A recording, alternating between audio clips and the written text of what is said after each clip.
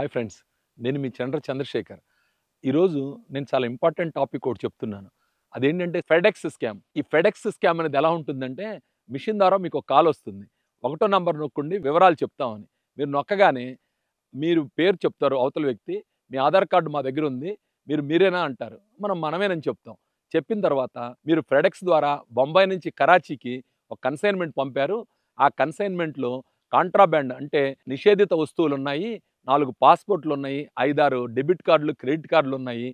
అలాగే కొంత మాదక ద్రవ్యం ఉంది. ఇవన్నీ ఉన్నాయి కాబట్టి దాన్ని కన్సైన్మెంట్‌ని మేము ఆపాము. మేము కస్టమ్స్ వారిమి.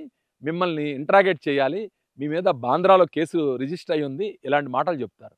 దాంతో పాటు మీరు గత నెలలో 2 కన్సైన్మెంట్స్ పంపారు. ఒకటేమన్నా సింగపూర్‌కి డెలివరీ అయిపోయింది. రెండోది కరాచీకి వెళ్ళే కన్సైన్మెంట్ మేము పట్టుకున్నాం అని చెప్తారు. ఇలా చెప్పిన తర్వాత చాలామంది ఏంటంటే, అవునా, అయ్యో ఇలా జరిగిందా ఏంటని కంగారు పడిపోతారు. ఆ కంగారుని అవతలి వ్యక్తి చాలా నమ్మకంగా మీతో మాట్లాడుతున్నట్టుగా భ్రమింపజేసి, నిజంగానే మీ మీద కేసు రిజిస్టర్ అయిందండి, ఈ కేసు రిజిస్టర్ నుంచి బయటపడాలంటే వాళ్ళు చెప్పినట్టు వినాలని చెప్పి ఇలా మాటలు కలిపి మీ శ్రేయస్సు కోరుతున్నట్టుగా నటించి చివరికి బ్లాక్మెయిల్ చేసి మీ దగ్గర నుంచి డబ్బు గుంజడం జరుగుతుంది. మొదట చిన్న మొత్తాలతో ప్రారంభించి ఆ తర్వాత మీరు ఇవ్వలేనంత మొత్తాలని వాళ్ళు డిమాండ్ చేసి తీసుకోవడం జరుగుతుంది. ఇలాంటి రకరకాల ఫ్రాడ్స్ ఉన్నాయి. ఈ ఫ్రాడ్స్‌ని గురించి వాళ్ళెవరికో జరిగింది, మాకు జరగదని అనుకోవడానికి లేదు. వీటికి జాగ్రత్తగా దూరంగా ఉండండి.